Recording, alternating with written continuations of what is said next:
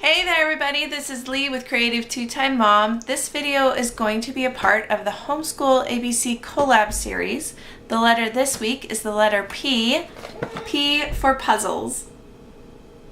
So we have found a variety of puzzles that our kids really enjoy doing, and I want to take you through just kind of the progression of how they start out as a little kiddo and work their way up to more complicated puzzles.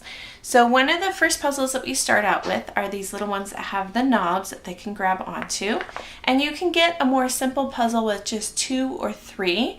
But I find that by the time my kids are even interested enough to sit down with a puzzle, they are ready for something like this. And I love this one in particular because it includes all the different shapes and the colors. And we just start out by talking about, blue triangle, pink diamond, green square. And then I'll take the pieces out and see if they can match them. Now they might not be able to get it in there perfectly the first time, but if they can match the shapes and the colors, that's what I'm looking for at first. And then they're working on their fine motor skills of putting it into the slot. They're working on vocabulary, color recognition, shape recognition, all those things. We have several of these heavy-duty wooden puzzles that have lasted through 3 kids and are still in really great shape. So I'm excited for those. And then they love doing this. The other ones in this series are a little bit more involved and intricate. There's bugs, there's animals, but I like to start with the shapes and the colors first. From there, we would move on to something like these chunky puzzles where there's no knob, but they just kind of slide into the slot.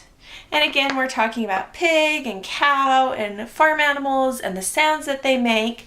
So this is a really great one. I also love the ones with like cat and dog and bird and mouse and all those, but we don't have one of those. So this has been our animal puzzle. From there, we would move on to, this one does have the animals, more of a pincer grasp type knob. So it's smaller and there's more of a fine motor skill element going on there.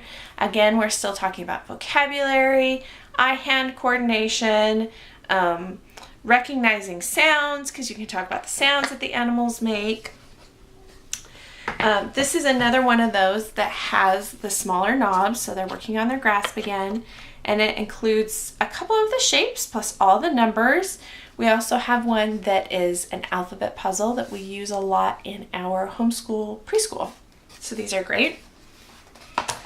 From that, then we're talking about like a real puzzle, and I like these that have kind of a thicker cardboard.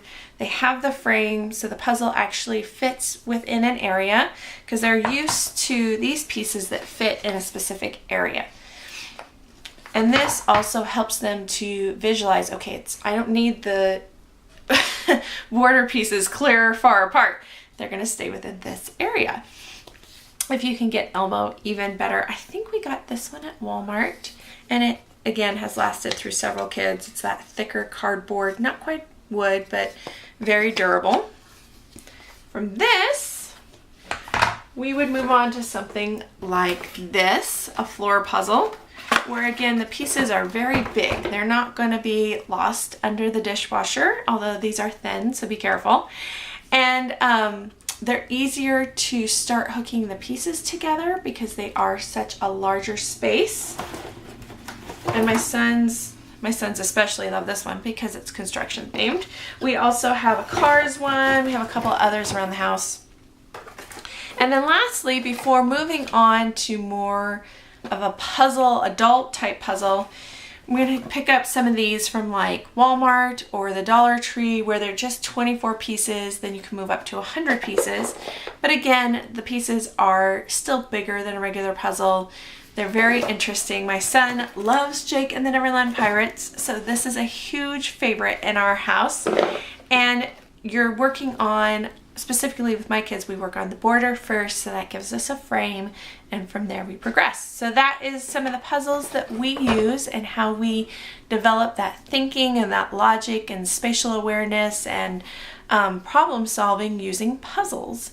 So leave me a comment down below. Let me know what some of your favorite puzzles are or how you use puzzles in your homeschool. Talk to you later.